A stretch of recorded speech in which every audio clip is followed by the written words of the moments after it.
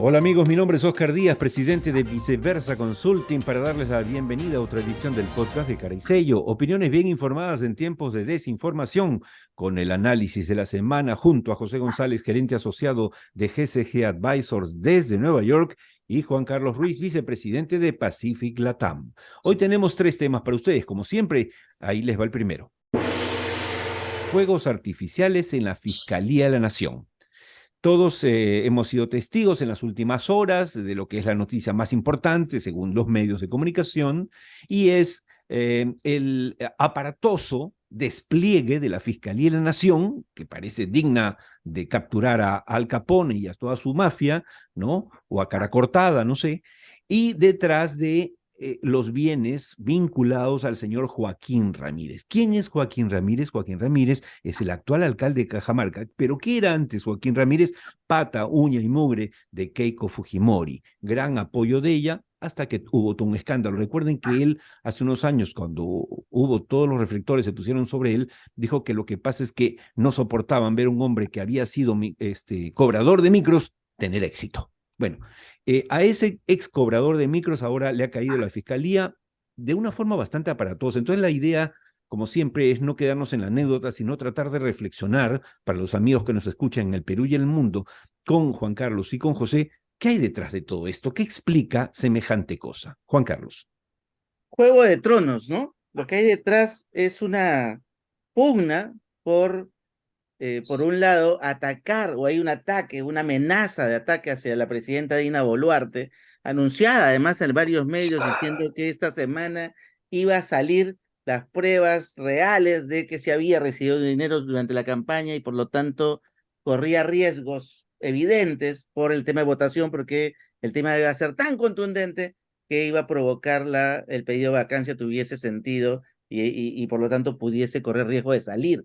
Ante esto, lo que sabemos es que el premier Otárola habría convencido a la presidenta en esa alianza que aparentemente tendría con la fiscal de la Nación para protegerse mutuamente, para montar este operativo, en principio en algo basado, digamos, como una investigación, que es la investigación a Joaquín Ramírez y su familia por lavado de activos, pero en donde, por ejemplo, en el montaje de hoy de 600 efectivos policiales, 59 fiscales, más Increíble. de 200 propiedades Qué supuestamente horror. vinculadas al señor Ramírez, Ni a figura, Odebrecht, ni a figura, por ejemplo, Odebrecht. ni a Odebrecht, exacto, figura supuestamente la Universidad de las Peruanas, que hace más de 4 años no tiene ningún vínculo con el señor Ramírez ni con su familia, ¿no? Pero sí tiene un vínculo con la fiscal de la Nación, recordemos a los amigos del podcast, y es Sí, que es la que guarda bajo 7 llaves su ansiada y esperada tesis. Pero correrá es, riesgos de repente empiecen a aparecer las tesis, no lo sé. pero es una, Juan Carlos, es una operación política de la fiscal. Recordemos que esa es una fiscalía abiertamente politizada, ¿no? Es correcto. Todas las investigaciones contra Castillo, merecidas o inmerecidas, sí tuvieron un viso político, y además una fiscal que tiene un par de hermanas que tampoco parecieran estar en línea con la ley, no digamos que al margen, pero hay cuestiones que han sido Lo, lo, documentadas, cuestionadas por Así es. medios como IDL Reporteros muy sólidamente, ¿no? lo que no tendría mucho sentido es el ataque, porque con el ataque a Ramírez ataca también al que ahora es un socio político en el Congreso, que es Fuerza Popular, porque Eso evidentemente es la lo que más llama investigación, la atención, sí, porque ciertamente. una investigación Claro, por lavado de activos a Ramírez te lleva rápidamente a Keiko Fujimori y todo lo que eso implica, ¿no? pero por lo mismo que estás hablando de un juego de tronos, o sea, nadie sabe para Sí, quién trabaja, todos contra todos, a ver quién sobrevive, y digamos que la fiscal, en términos de la tradición de la fiscalía del Ministerio Público peruano, no es de las fiscales más sofisticadas que hayamos tenido, no es que hayamos tenido muchos, pero el estado anárquico es pues el sueño, ¿no? Húmedo de la izquierda moderada, ¿no? De sí, nuestros Ahora, amigos correcto, que y habían además, en en la esta coyuntura, tecnocracia, ¿no? amigos, conociendo el accionar de político, me refiero de la señora Keiko Fujimori, no nos extrañe que en los próximos días saque el cuchillo, ¿ah? No para Sí, matar claro. a la presidenta, pero quizá para blandirlo simplemente, hey, acá estoy, ¿qué pasa?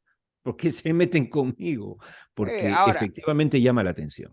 y sucede, está sucediendo a nivel global. Aquí se habla de la politización de ciertas instituciones en los Estados Unidos, en la medida que que el legislativo, que es donde deberían resolverse las cuestiones políticas, no funciona, o sea, que se ha convertido totalmente disfuncional en sus contradicciones con el Ejecutivo. Instituciones como la Reserva Federal, el Poder Judicial empiezan a tomar iniciativas políticas porque los políticos no se ponen de acuerdo en sentar una dirección. Podría estar sucediendo lo mismo en el Perú, ¿o me equivoco?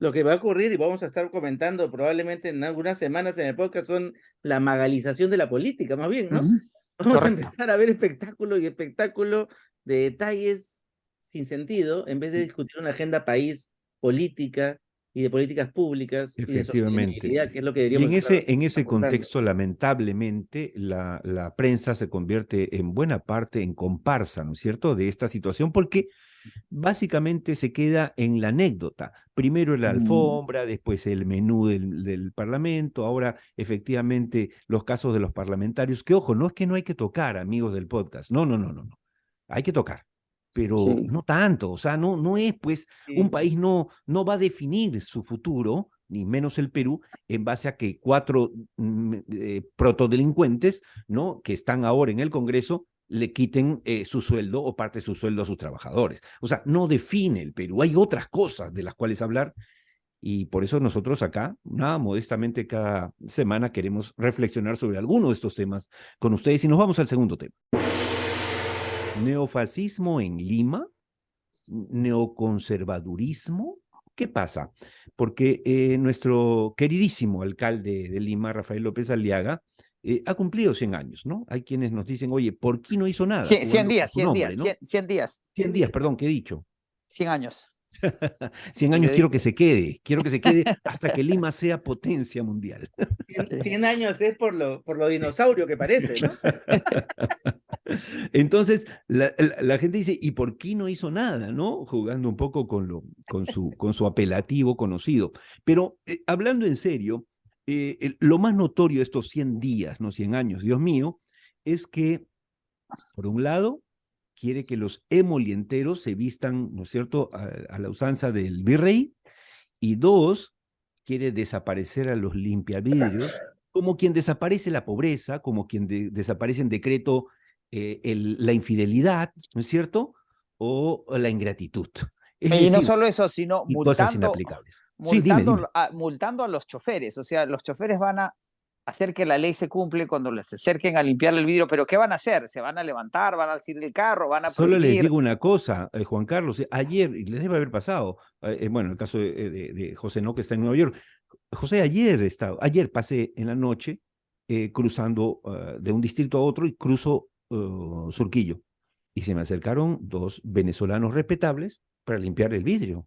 Y la pregunta es, ¿y quién le van a disparar? Sí, ¿Los van a claro. Esto es pues inaplicable, como digo, es como Correcto, sacar por decreto que ya no va a haber hambre, pues no, es correcto. absurdo, Juan Carlos, ¿o no?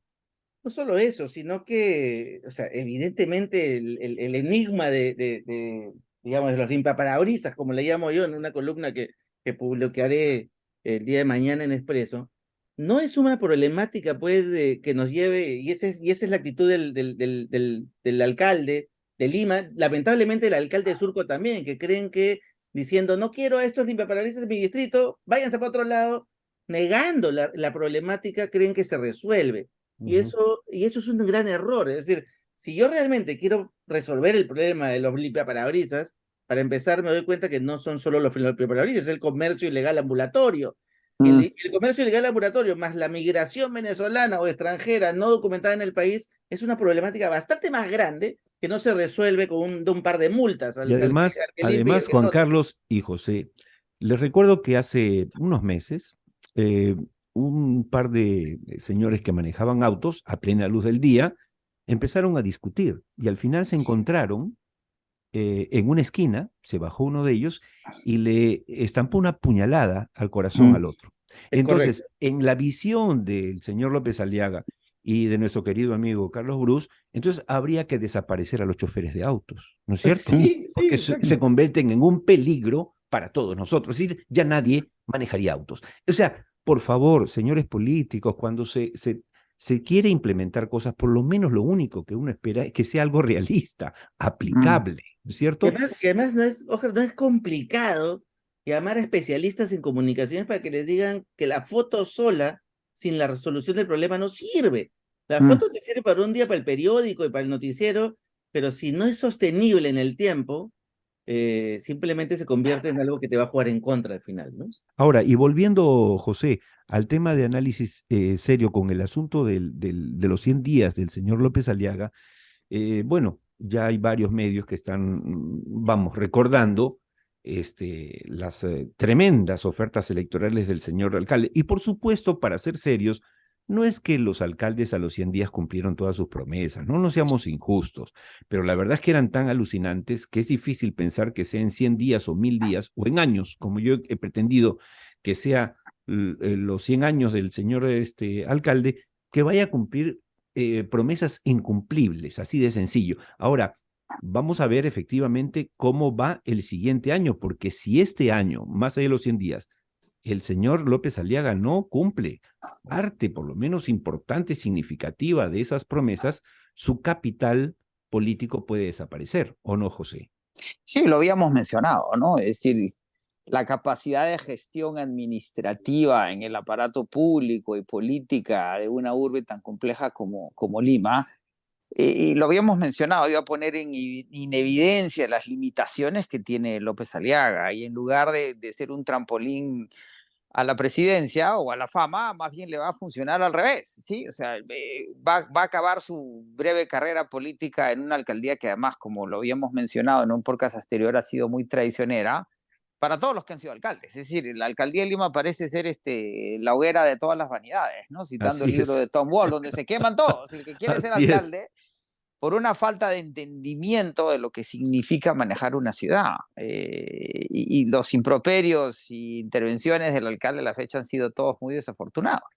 Y no hablamos de alcaldes fracasados, sino exitosos. Luis Bedoya Reyes, Luis Castañeda Locio, Alberto Andrade, o sea, que se supone que podrían haber tenido en base a ese éxito, digamos, la base justamente para una buena candidatura, pero efectivamente la presidencia en todos los casos a los alcaldes de Lima les ha sido esquiva. Y nos vamos al último tema.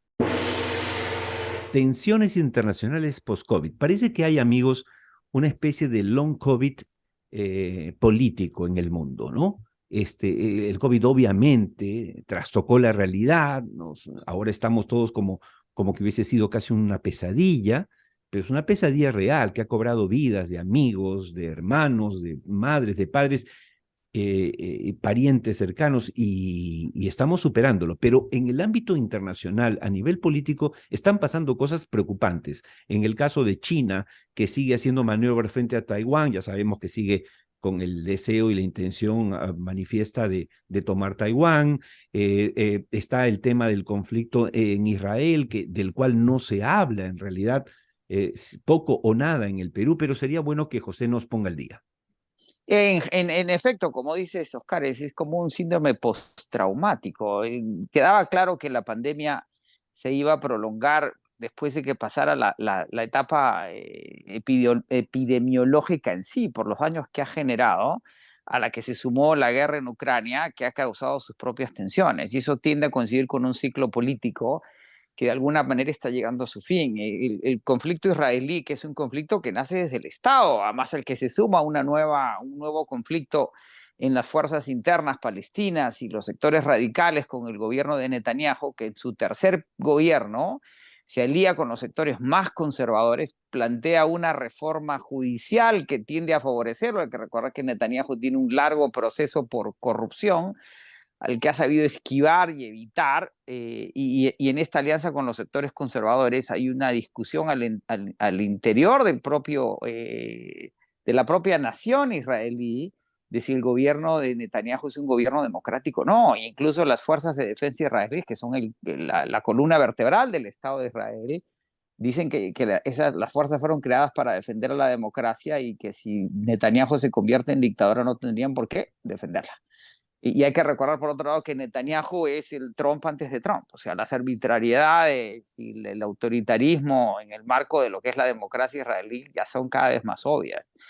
Y es claro que en estos daños económicos y estas heridas económicas que ha dejado la pandemia, ese lo que José Luis Rennie llamaba en Tierra Adentro, Oscar, el buquelismo, no necesariamente funciona, porque no resuelve los problemas de fondo, sino que tiende a agravarlos. Así que hay un gran interés en ver lo que está pasando en Israel y cómo Israel sale de este conflicto. Israel ha pasado por crisis mucho más severas y nadie duda que lo vaya a resolver, pero es interesante verlo. Y el caso chino, que después de la visita de Xi a Moscú, en donde condecora a Putin, hay una tensión creciente porque es muy claro que el tema de Ucrania-Rusia es un globo de ensayo para lo que podría ser Taiwán-China y la confrontación con los Estados Unidos, que es lo que va a estar entre nosotros por los próximos meses, sino años, en la medida que los efectos financieros y económicos de la pandemia siguen afectando a las mayorías, a la base de la pirámide, a la clase media, y eso va a seguir creando tensiones y conflictos recurrentes.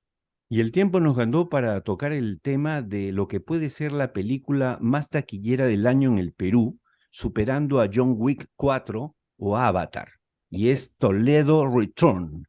Es decir, Toledo está por regresar, se cuentan los días, se cuentan las horas, y seguramente habrá momento para conversar y analizar las implicancias de ese retorno en los próximos podcasts de Cara y Sello. Con esto, José González, Juan Carlos Ruiz y Oscar Díaz les decimos gracias y los invitamos a acompañarnos en la próxima edición del podcast de Cara y Sello. Si les gustó, suscríbanse a nuestro canal de YouTube o escúchenos en Spotify. Salvo Mejor Opinión.